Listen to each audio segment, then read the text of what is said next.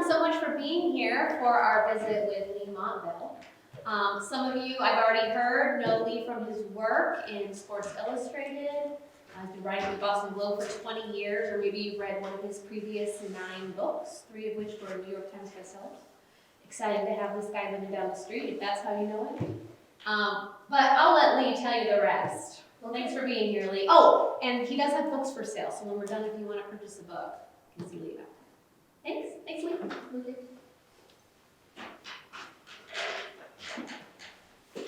Hello, how are you? Good. How are you? Hello, real people, hello, virtual people. You know, it's a dual audience everywhere now. You know, the real people are all good-looking people, and I don't know about the virtual people. It's like Bree said, I'm a Medfield guy. I have been for the last 8 years. We live just on the other side of 109. I count the Tresca trucks every day coming by. It's a fine hobby to have. What's the high? Yeah, 7,000. 7,001 tomorrow. You know, and they all drive really slow, don't they? They're not fighting the speed limit. As Bree said, I worked at the Globe for a long time, for 21 years. I tell people now, younger people, that I was Shaughnessy before Shaughnessy, but I'm a kinder, gentler Shaughnessy. It's an interesting thing. We both share the same birthday, July 20th, 10 years apart. So at the Boston Globe, from 1968 till now, there's 2 guys that have had that same birthday that have kind of been a voice, you know, to put you to sleep every day about sports. This book, I've written 10, this is the 10th book I've written. There's a bunch about Babe Ruth and Ted Williams, Evel Knievel, Manute Bol, a golfer, the mysterious Montague. It's like a collection of odd people from the world of sports that I've kind of put, and I can take out of my little cigar box and move them around and play with them late at night when I'm all alone. So this is about the Celtics and the Lakers in 1969. When I was 25 years old, I'd worked at the Globe for a year. I had come up from New Haven, Connecticut, and I was all excited to be here. And when the playoffs came around, I was doing a bit of everything. The guy who hired me said, "You won't have to do any high school sports." And I was here about 3 weeks, and I covered 6 basketball games at the Tech tournament in Boston Garden. And so I've been doing a bunch of different stuff. But it came around to the Celtics in the playoffs, and as I said, I was bouncing from thing to thing. And a guy named Herb Ralby, who was the reporter who was covering the Celtics and had covered them almost since their inception. And Herb had 2 jobs. He worked at the Globe, and he also worked on the side as the PR guy for the Boston Bruins. And he'd always been able to work it all out. You know, the Bruins and the Celtics played on different nights and stuff. And he worked out the playoffs because the Bruins really stunk. They'd missed the playoffs for 7 straight years. And then this year, 1969, they had this young guy named Bobby Orr, and they were in the playoffs. And so Herb, and they played Toronto, and then they played the Canadiens. And so Herb had to spend his time as the PR guy for the Bruins, telling everybody he didn't have any tickets, you know. And so they needed someone to cover the playoffs, the Celtics and the Lakers, and I'm the guy. I'm 25 years old. I'd never been to California. I'd never seen a palm tree, never seen the Pacific Ocean. I'd never been on a flight long enough where they had an in-flight movie. And all of a sudden, I'm traveling with the Boston Celtics, and we went to Philadelphia in the first series, and they beat the Sixers 4-1. And they played the Knicks, and the Knicks had that team that the next year became the team that they still love and enshrine in New York, you know, with Walt Frazier and Willis Reed, Dave DeBusschere and Dick Barnett and Bill Bradley. and the Celtics beat them 4-2. And so now they're in the finals with the Lakers, a team they had beaten in the finals 5 times in their history. The Celtics had won 10 out of the last 12 championships, and 5 times in the finals they had beaten the Lakers and Jerry West, and the Lakers had never beaten the Celtics. So here I am, I'm added to this cast of characters, going along 25, never been to California, never seen a palm tree, never seen the Pacific Ocean, and I'm on these plane flights, going back and forth, smoking Lucky Strikes, and looking at the stewardesses, and the in-flight movie was Bullet, which was quite an in-flight movie, and it was the only in-flight movie they had, so we went back and forth. We went back 6 trips, and we saw Bullet 6 times. Going back and forth. I knew the whole car chase and everything. So this book idea kind of came up, and I sold it. It's autobiographical to an extent. It's the 700-year-old self now, looking at my 25-year-old self, who was probably a little overconfident and a little naive and a little nervous, all in one, and kind of looking at myself and my mistakes and my, wrong preconceptions. You know, when you're 25 years old, you automatically say, well, I'm good, I know I'm the future, let's get rid of the deadwood. And then years go by, and all of a sudden, wait a minute, I'm the deadwood, you know? I mean, that's how life goes on in our business world. But I was 25, and I said, fire all these guys that are here already, because I am the future of journalism. So here's the thing, they call these things readings, but the worst thing you can ever do when an author comes is to say, I'm going to read from my book, because as soon as he starts reading, everybody kind of puts their head down and goes to sleep. So I'll just read from my book for just a second here to tell you how this goes. It kind of sets up what I was thinking and what I was doing.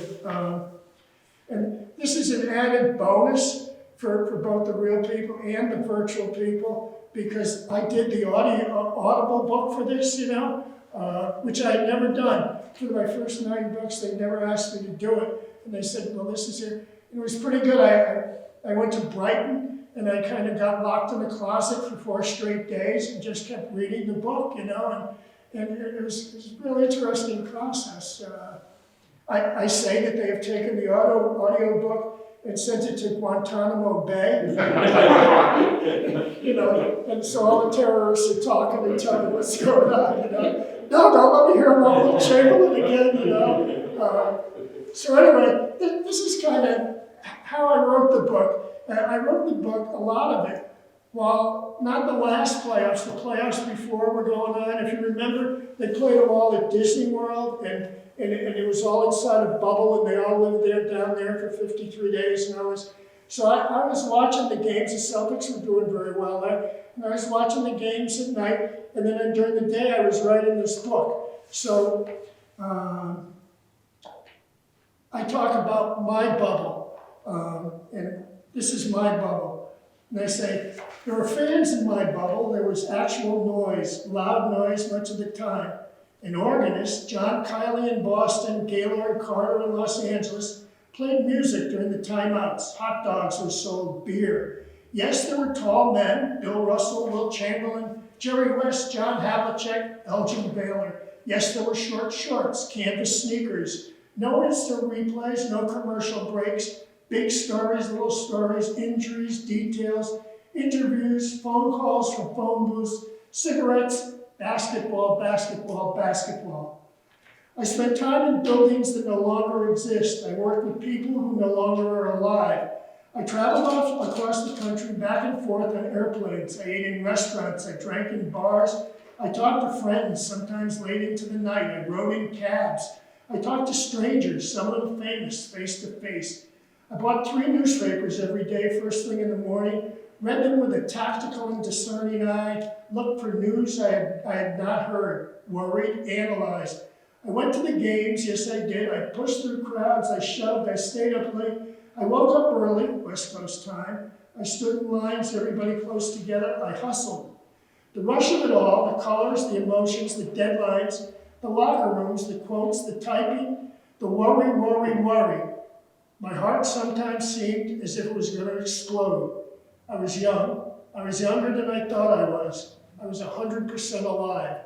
I mean, that's kind of how we were back in pre-shutdown days, wasn't it? You know, how life was, and we really didn't understand how good it was. And it's also how, in your youth, how life is better too. So that's kind of the thinking I had in this book, and I tell a story of the series, and I throw in some stuff about myself, these little stories about basketball and life that I've been telling people, and so I kind of snuck them in here and there and everywhere, and I don't know.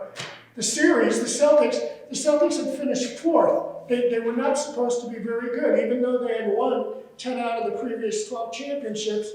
They had finished fourth in the East. Bill Russell was 35, Sam Jones was 35, already ready to be retired. And a lot of people were gone. Bob Cousy was gone, Tommy Heinsohn was gone, a bunch of people. And the Celtics were supposed to be dead. The Lakers were supposed to be ascendant because they had added Wilt Chamberlain in the offseason. This was a time when people didn't move, when players didn't move from team to team. There was no free agency. But Wilt was so big and so powerful and such a gate attraction that he kind of called his own shots, and he engineered a trade for himself from Philadelphia to Los Angeles, where he joined Jerry West and Elgin Baylor for like a mega team, kind of like LeBron James did. He engineered his own thing. But this was a first, that this kind of team was assembled by a player.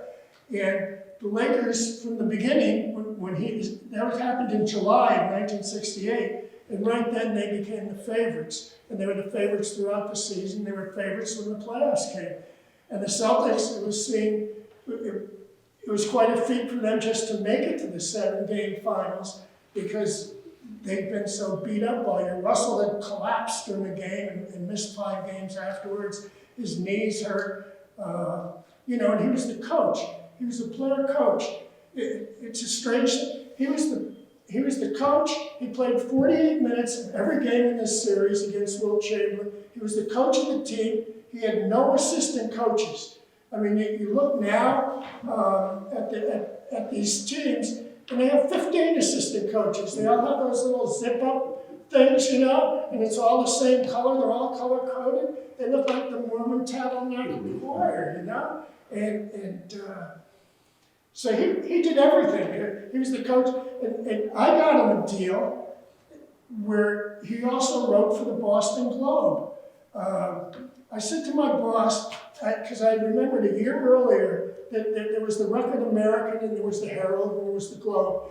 And the Record American and the Herald each had someone from the Celtics organization doing an as told to column, which they kind of put in every paper after the playoff games. And one had Red Auerbach, the general manager, the other had John Havlicek. So I said to my boss, we should get someone too.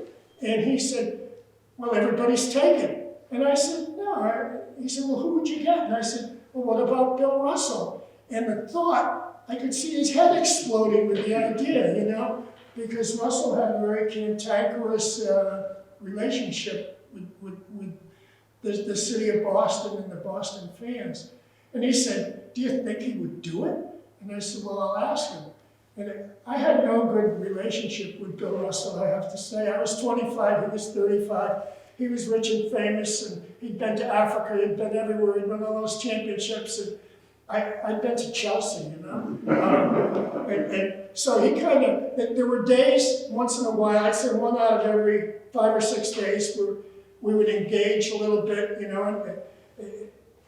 we would just talk in the locker room. I would be the only person there sometimes to interview, and after practice, to interview the team. And I had to go to see him because he was the coach. And he'd be curt a lot of times, and other times he would open up a little bit. And fifth or sixth or seventh time, he mustn't have had anything to do, and we would talk to each other for like 10, 15 minutes, and I would go away and I'd say, Bill and I were like that. It's going to be great. And the next day I would say, hi, Bill, and he would walk right by me. So it was, he knew where he was and I knew where I was. So anyway, I went to him and I said, Bill, the Globe is wondering if you'd like to, write a column for the Globe during the playoffs.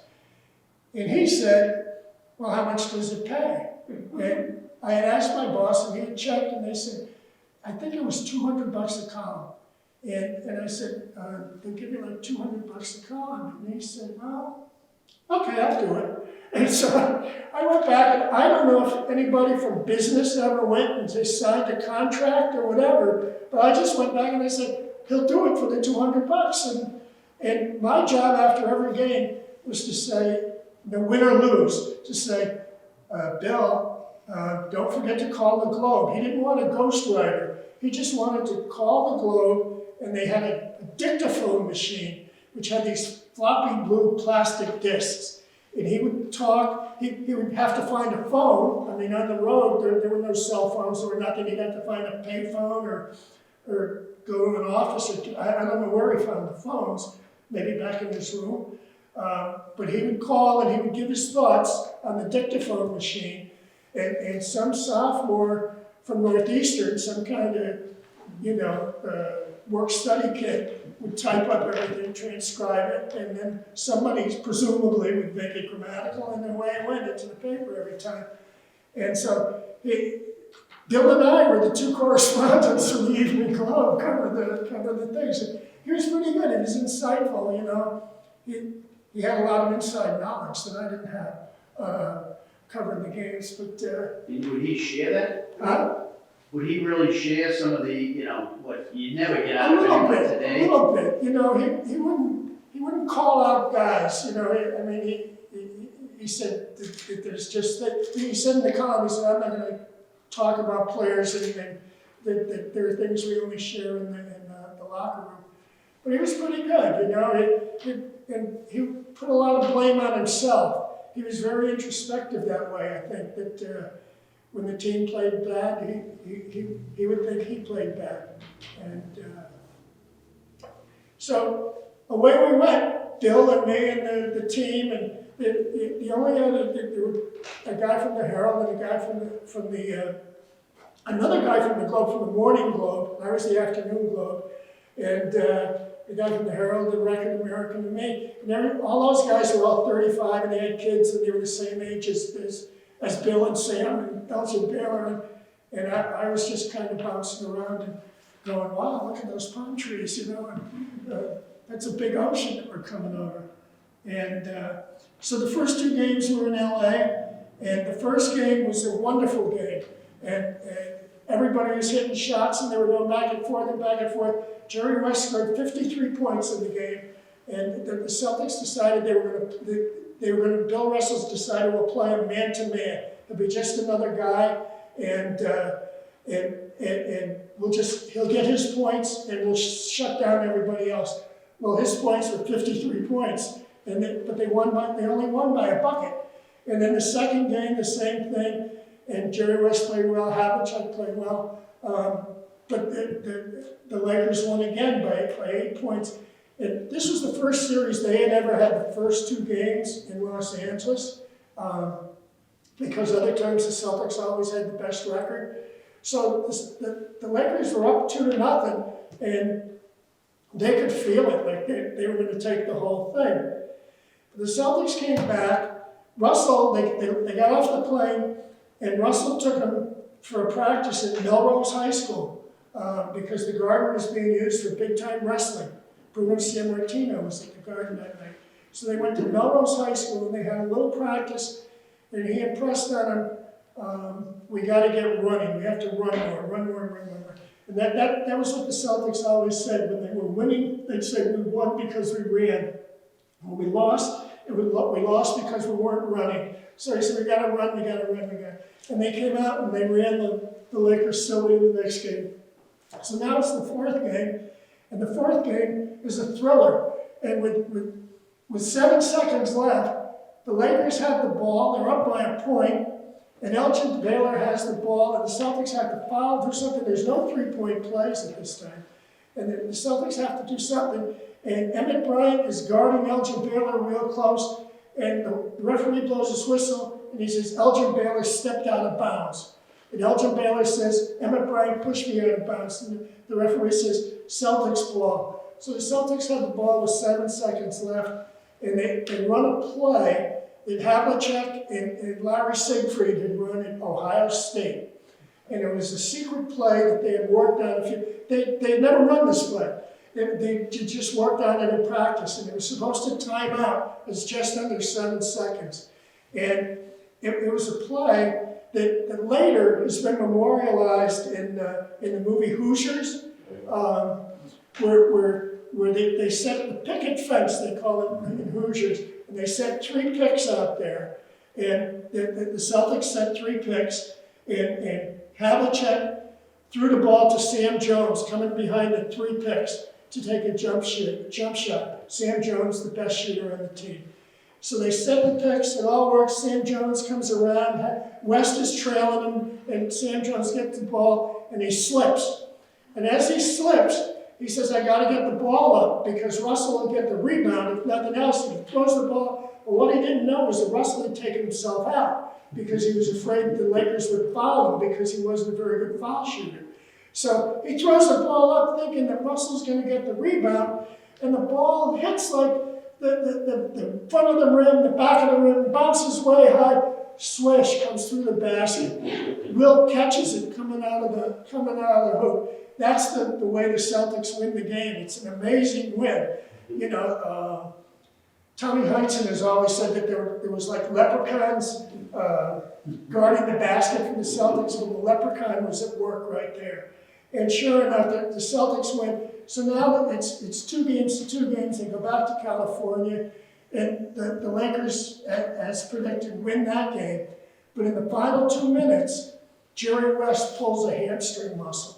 And I include Chick Hearn, the great announcer for the Lakers. He just had a sense of doom when Jerry West pulled the muscle. So they win the 3rd game. They're up 3-2. But how will West be when he comes back? And they treat him, and they fly back to Boston, and they play the 6th game.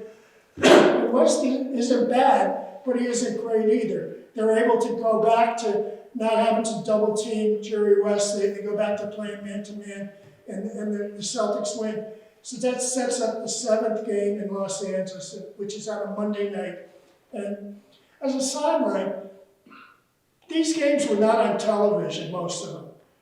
Only 2 of the 7 games were on television in Boston, and only 3 of the 7 games. They had that thing where they had blackouts of home games to protect the gate. And so people in Boston hadn't seen much of anything of this. They saw that the first 2 games, Channel 38 had the rights, and they didn't want to spend the money to send someone to the West Coast. So Johnny Most was the only report. You got Johnny Most and me and Bill Russell were the only reports you got. And the Lakers were the opposite, you know. But some people put up some money, and they did send Red Auerbach and Tommy Heinsohn to do the 5th game in Los Angeles. And then the 7th game was a Monday night, and it was on network television. It was the first network television NBA game ever presented during a weeknight. It was on a Monday night. It started like 10 o'clock here in Boston.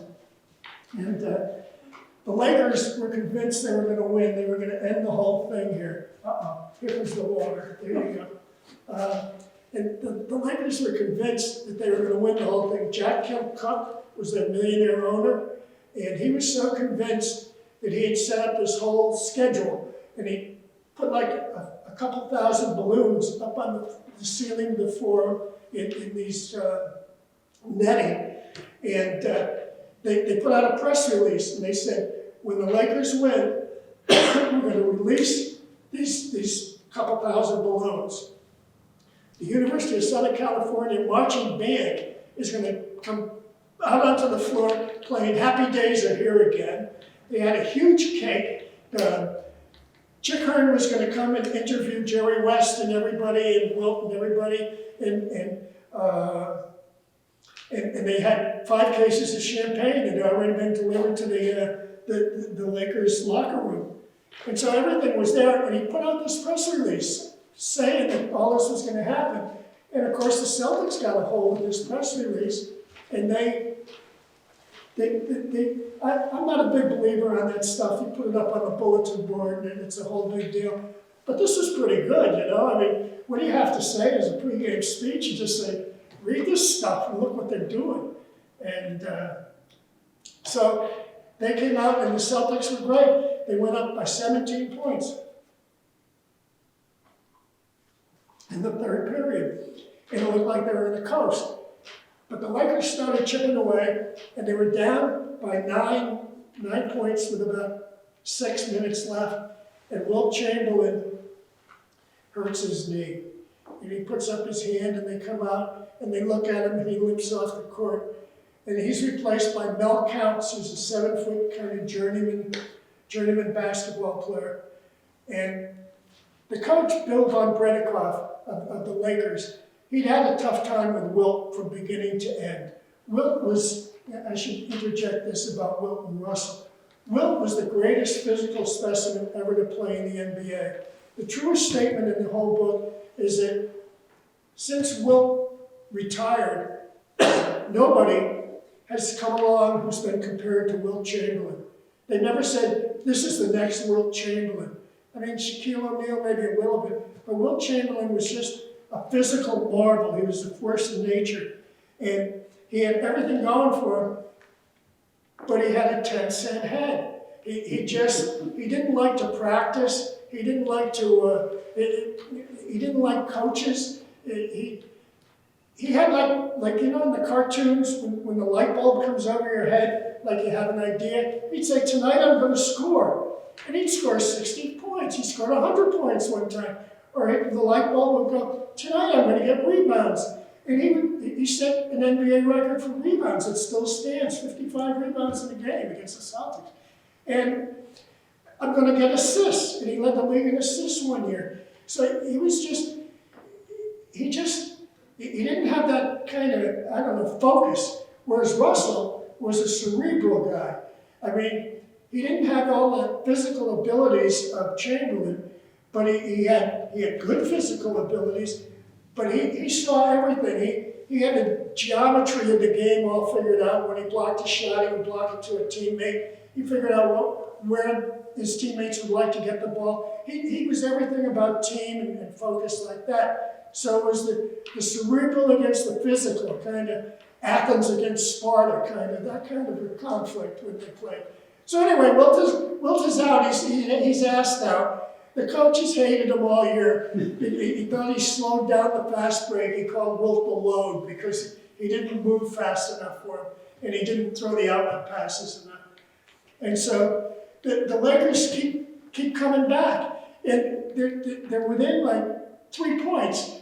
And Wilt, from the end of the bunch, goes, okay, I'm all right now. I can come back in. And Butch Von Bredikoff, he makes this coaching decision, you know, that had to be unbelievable. If he keeps Wilt out and keeps Mel Counts in and they win the championship, he's a strategic genius, you know? He figured this out. But if they lose the game, he's fired by Thursday, you know? So he makes a decision because he can't stand Wilt, the load, and he says, sit back down.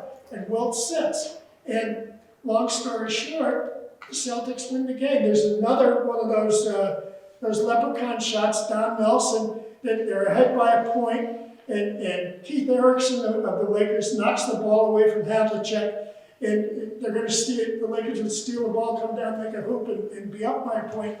But no, the ball goes right to Don Nelson, who's standing near the foul line, and it comes in the air, and he just throws it up in the air, and it does the same thing. It hits the rim, bounces up higher. It's bounced higher and higher with every year that has passed. Now it goes like 7 miles, goes up through the stratosphere, comes back down straight, swish.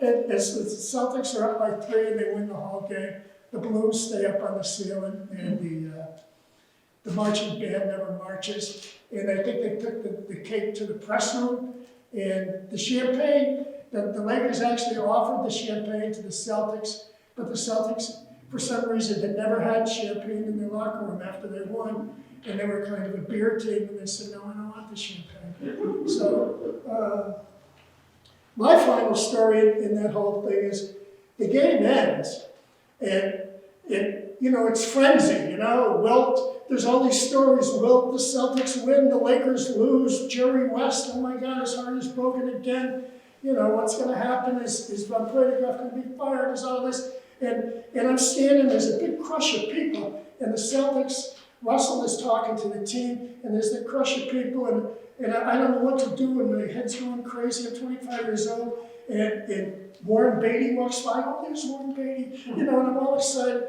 and Will McDonough, who was working at the Globe at the same time, he comes up to me, and he said, wait till Russell is all by himself, he said, and ask him if he's going to retire.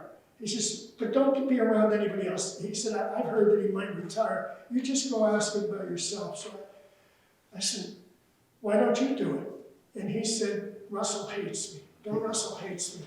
He said, you do it. And so I got all this, I got to get these stories, and I got to go see Wilt, I got to go see Jerry West. I keep looking at Russell, and he takes his clothes, his uniform off, he's talking with reporters, he takes a shower, he gets done, and I'm still talking, I'm writing down stuff.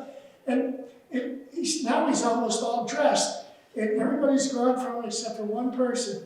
It's Jim Brown, the actor, the football player. And Jim Brown is his buddy, and Jim Brown is sitting, and Bill is finishing up, putting on his scarf, and all this stuff. And so I figure I got to do it. And when I get nervous, I kind of like rub my head, and my voice is a little high anyway, and I get more of a falsetto. And so I go over.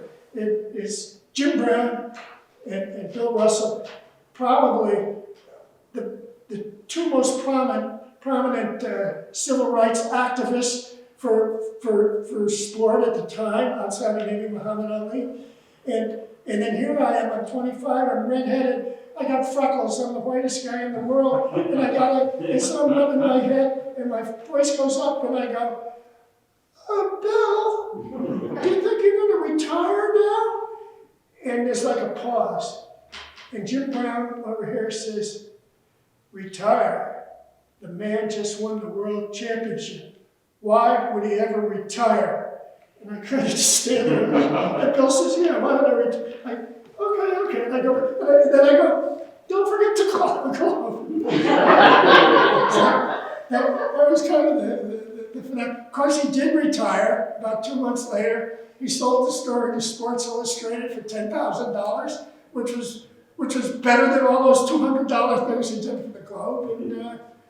And that's kind of the saga of this whole book. I gave away the beginning, the middle, and the end. Who was the SI basketball writer back then? Frank DeFord was the guy. And I have a chapter in there about Sports Illustrated. When I got out of college in 1965, I went to the University of Connecticut. And I said, I want to be a sports writer. I'd been the editor of the paper there, the student paper.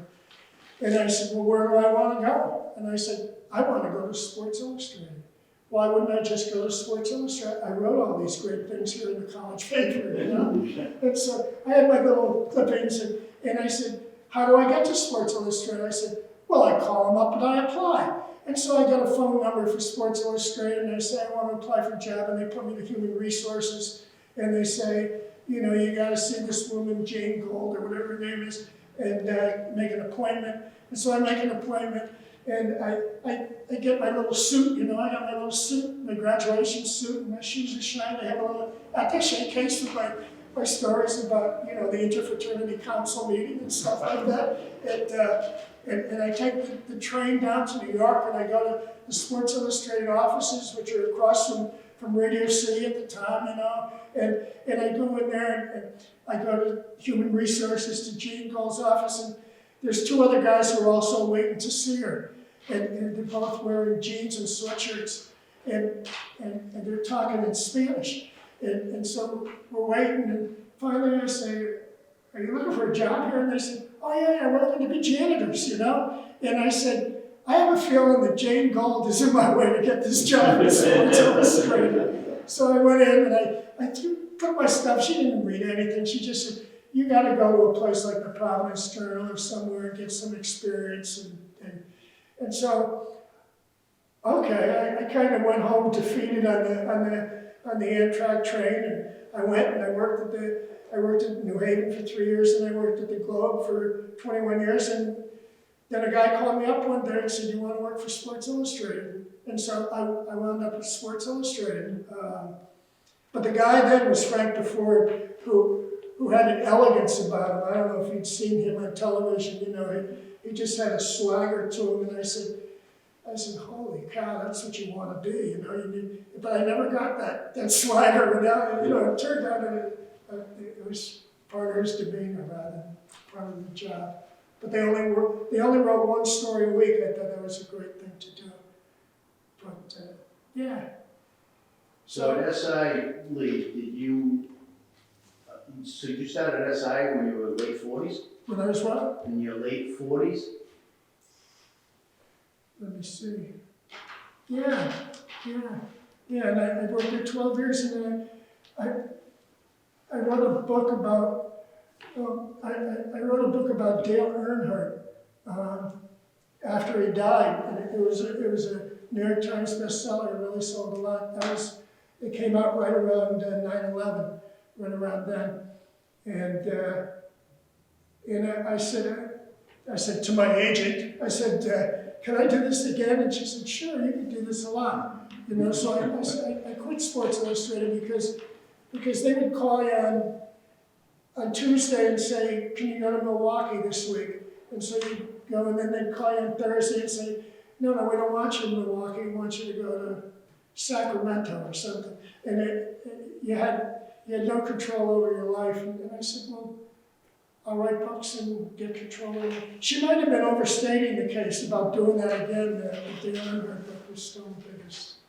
So they were sending you on all sorts of different sports at that point? At Sports Illustrated, yeah. Yeah, and I mean, the great thing about working there is you could kind of promote stories, and I kind of got myself to go a lot of places around the world. I went to South Africa, I went to Siberia, I don't know, all these just different strange places doing stories. They don't do that now, Now they send you to Green Bay to talk about the Packers. But, I was going to see wrestlers in Siberia, and it was cool. Was there a camaraderie among the other writers covering the '69 finals? Did you guys? Yeah. Would they take you under their wing compared to the older guys? Yeah. I mean, okay. But there was a competitiveness too. I mean, you're always terrified. There was a guy for the Herald, George Sullivan, who was just always talking and writing. He had big yellow legal pads, and he'd be always writing and talking to people and getting notes, and I'd be always wondering, Jesus Christ, what's he talking about? What's going on? And he'd write these voluminous note columns, and so you were always terrified that you were getting scooped and buried. But as it went on, I mean, I covered a bunch of finals, and we used to play basketball at the finals. I mean, guys from around the country, you become friendly with guys around the country. And we used to play basketball during the NBA finals. And when the Celtics were playing the Houston Rockets in the final, remember Moses Malone? And he said he could get 4 guys from Petersburg, Virginia, and they could beat the Celtics. And so we were going over the day of one of those games, we were going over to play basketball at the same arena, and we're all walking in, and Del Harris, who was the coach of the Houston Rockets, came and he said, "What, my God, is this?" And I said, we're the four guys. You know, it was kind of funny. I always remember we played once, there was a guy named David Dupree who was a good basketball player, was a sports writer, and we played once when the Celtics were playing the Bullets in the playoffs, so maybe not the Celtics, but the Bullets, the year the Bullets won it. And we got finished playing, and this guy from the Bullets named Tom Kozelko, he was this big guy, he'd been at Dayton. He came out and he somehow started playing one-on-one with David Dupree. And David Dupree tuned him up. You know, he kind of beat him. And then that night, Kozelko scored like 12 points. You know, so it was kind of fun. It was fun doing those, playing those games and stuff. I threw my back out on that game where Kevin McHale clotheslined Kurt Rampus. I threw my back out. So I was standing up on the side because my whole back had seized up that day. We played in Alabama. Yes, sir. That seventh game before Chamberlain took himself out, was that the game that he only took one shot or something in the second half of the whole game or something? There was one game I know where he only took one shot. Oh, Wilt? Wilt, yeah. Yeah. I think that was the seventh game the year before when they played the Sixers. When the Sixers, he was with the Sixers, and the Celtics had a real rally then. They had finished fourth that year too. Yeah. But in the playoffs, and they were down 3-1, and Wilt in the seventh game, I think, only took one shot. That had a little bit to do with him leaving Philadelphia too, I think. Do you know shorthand? Do I know who? Shorthand. No. Taking notes. No. You know, I've always wondered, like you know, when they subpoena your notes, you know, if you're in a court case, I write down like one word pizza or something, you know, and I kind of reconstruct it. No. And now everybody has the tape recorders. They all, and I think it's better to reconstruct it in a way, you know, because you give it a little context that you kind of cram in these things the way people speak. Exactly. But no, if my notes were ever subpoenaed, I don't know. They always say you should either save everything or save nothing. And I was in between. There was a lot of nothing in my everything. So how did you construct the book? Do you have your notes still from? Yeah, I mean, different, you know, I mean, like I did a biography of Ted Williams and a biography of Babe Ruth, and, you know, you kind of just research it and stuff. This book, I wish I had kept a journal. I think we all should keep a journal so that we remember what we were doing 20 years ago, you know, but I was able to get all my stories, and a lot of stories from that time. You know, you can get them all online now at newspapers.com, you look it up. And so that was the basic thing. And a lot of these stories are stories that I've told, you know, to people through the years. I mean, there's a story about high school. When I was in high school in West Haven, Connecticut, Notre Dame and West Haven, they somehow qualified for the New England Basketball Championships, which was a tournament that used to be played at Boston Garden. And teams from New Haven and West Haven had always been very good and had gone up to it. And so a bunch of my friends and myself, I was a junior in high school, and we convinced our mothers it would be okay that we could come up to Boston to go to these games for 3 days. And we took the train up. And the convincing argument was I had my own money. I think that was the one that got us so that we were able to go.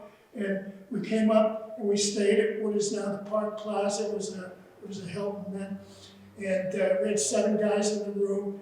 And the first thing we did, we went to the Old Howard, which has become the casino, to the burlesque show. And we went to the burlesque show, and we all had our little Catholic school jackets on, you know. And we came out of the burlesque show, and we went to the Garden. We watched our team. They beat somebody, I don't know, Westerly, Rhode Island or somebody. And then coming back, we said, what else can we do? And we found a sailor in Scully Square, and we gave him some money, and he bought us 2 quarts of whiskey. And we brought the 2 quarts of, we were all like 16, 15 and 16. We brought the 2 quarts of whiskey back, and nobody really knew how to drink whiskey. And so I said, I know how you drink whiskey. You just pour it out and you chug it down. Well, what I didn't realize was they had shot glasses. We had water glasses. So there were like 6 or 7 of us, and we all chugged down 2 water glasses of whiskey. And polarity ensued, Not to mention sickness. And so that long story short, Will played against Russell. It was the first time they met in the playoffs. That was that weekend, and we went. And I had like 4 heads sticking out. My head was thumping, and I went to the garden and we're way up in the top. And that was the time I saw Will and Russell. So I slip in these little personal things here and there, that elevate my status as a sports writer and a human being. How receptive was Red Auerbach to? Red Auerbach was very good. He was very good. I think he was a genius in human relations. I don't know if he could function today because it's all become so corporate and buttoned down and lawyers and stuff. He just ran it all like it was a team from the neighborhood YMCA. I mean, he was very honest with people, and I thought he was great. I thought he was a great guy. I think if you had been around him when he was a coach, it might have been tougher because he was always angry, and screaming about things. But he was like a great uncle. At that time, the Celtics office, they had 4 people. They had Red Auerbach, who was the general manager. They had Howie McHugh, who was the PR guy. They had, I forget her name, who was Red's secretary. And they had a young guy, Jeff Cohen, who was like 25 years old. And he would get donuts and coffee and do the odd things. And he went to Red and he said, could I be assistant general manager? And Red said, sure, but you get no more money. So he was the assistant general manager, and he was still getting coffee and donuts and stuff. Only 4 people. The NBA office at the time only had 6 people. And as a guy pointed out, the phone number for the NBA was like, it didn't end with like 2000. It was like 4378, like your grandmother's phone number, that's how small time it all was. It was kind of nice, I think, when you look back on it. And it seemed normal then, but it seems abnormal now. Anybody else? What do you have planned for Book 11? Oh, I don't know. I don't know. We'll see. I don't know. I think I'm getting too old to go out and talk with a lot of people. I think I can reminisce okay, but I don't know about hunting people down and doing stuff. Maybe I can. I don't know. We'll see what they do. The whole book world has changed. I think it's gotten tougher. With COVID and everything. I think it's tougher. But I have a few ideas. I have 3/4 of a novel done. Maybe I'll finish that off and get the courage to give it to somebody. I don't know. You ever do a non-sports book? Have you? Would I? Or have you? I suggested, I suggested, I've suggested books like A Hard Look at Billy Graham, and they all go, I don't know. And then Gene Autry, I thought would be an interesting book, cowboy, baseball, singer, country singer, and they kind of pigeonhole you and say, here's what you are. I could write a book about something and submit it to them, but it's a lot better. It's a lot more incentive if they give you money and say they'll give you more money when you hand it in. Who did you enjoy interviewing or sort of being with as an athlete over the years? Who did I enjoy interviewing? Yeah. Who was the most enjoyable athlete that you had I this? don't know. I always, right off the top of my head, I said Bill Leigh. You know, Bill Leigh was always a lot of fun and said weird things. And he was very good. He said once, Yastrzemski was near the end of his career, you know, number 8, you know, and he pointed at Yastrzemski and he says, you know how he does it? And I said, no. He said, he keeps his shirt on at night, his uniform, and when he lies down, it's the symbol for infinity. which I thought was pretty cool, you know. You know, and weird things, you know. What would you do if you weren't playing baseball, Bill? I'd be a locksmith. I had an uncle who was a locksmith. I love, you know, he said locks are unbelievable, you know, and things like that. You know, just weird stuff like that. A lot of nice people. John Havlicek was always really Yeah, I was good. gonna say, Havlicek had to be the politest. He was a good guy. John Havlicek, when he played his last game, I was writing for the PM paper, I guess, and so I was able to stay as long as I could. So I said, I want to see him leave the building. So I stayed, and we were talking. Everybody was gone, the trainer, the ball boys, everybody was gone, and people were waiting for him, and the locker room was empty outside, the two of us. And so we started walking out, and it's me and John Havlicek, and he says, oh, wait a minute. And he turned around, and he turned out the lights. What a fabulous thing, you know? I mean, just for staying around. That's why you stay around, because sometimes things happen. And that's what's missing now, I think. There's no time. Everything is put it out on Twitter, and, you know, instant. And you go to these press boxes, and they're quiet. They're like an insurance office or something, a big corporate office. And I mean, it used to be everybody was talking and telling stories, but now you're tweeting out. If you think of something funny, you tweet it out, you know? And you don't have time to I don't know, to look at the colors and hear the asides and all of that. And I think that's what's missing in our daily journalism now, because it's become just a machine, you know. The Globe is printed in Taunton, you know. Tonight's game will be in the paper 2 days from now. You know, it's online, but everything is get it out. Having written about Babe Ruth, do you have a favorite Babe Ruth story? Do I what? Do you have a favorite Babe Ruth story, having written about it? Oh, I don't know. No, Babe Ruth, everything I found out is in that book, you know. I mean, there's not one word I know about Babe Ruth that isn't in that book, because that was more like an academic exercise, because you couldn't really talk to the people. Yeah. But because computer technology and everything, you could look up stories and stuff. It was like doing a never-ending term paper, that book. But I think Babe Ruth was a lot smarter than people give him credit for, because he had the first agent, really, a guy, Christy Walsh, who kind of did all things and set up all those tours that Babe Ruth and Lou Gehrig did, and he set up a whole bunch of opportunities and kind of kept him out of trouble.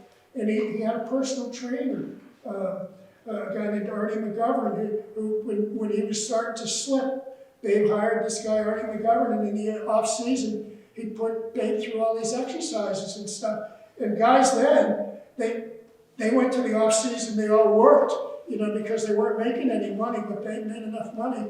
And he had this Artie McGovern whose other clients included John Philip Sousa and kind of people like that, you know, Wall Street big timers. So,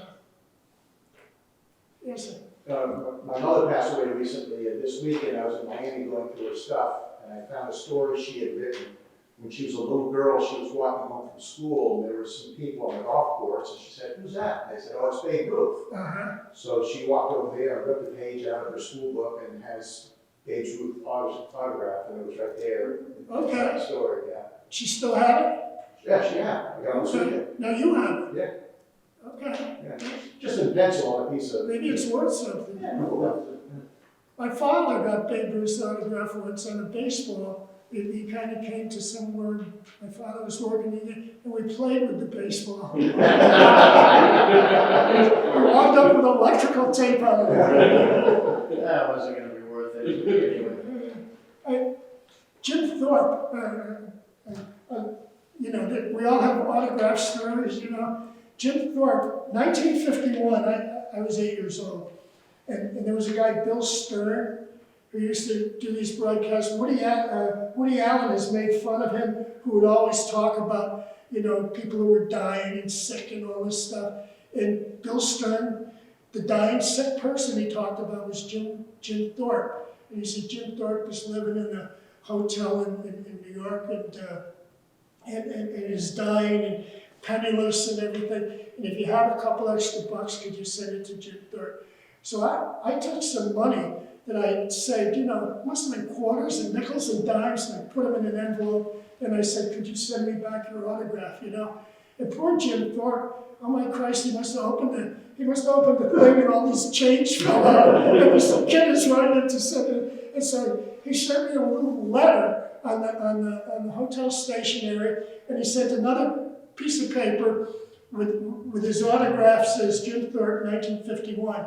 So I got it, and I threw the letter away, and I cut out the part, and I glued it into my book, you know, and not, you know, a few years ago I was reading, and they said one of the rarest things in the world was a letter from Jim Thorpe. He never wrote letters, you know, and so there you go. You ever do an article on an interview with Ernie D?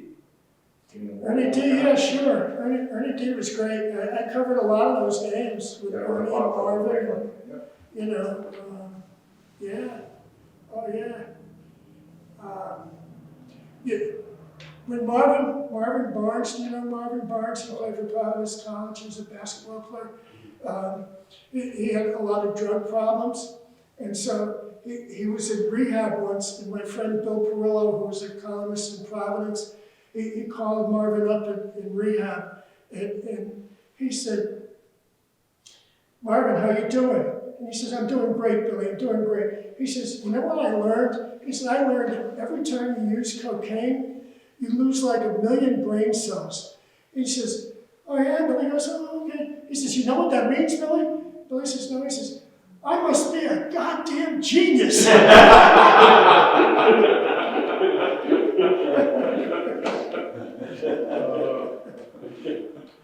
Yes, sir. So Jim Brown makes fun of you for suggesting that Bill Russell retire even though he's still playing at such a high level.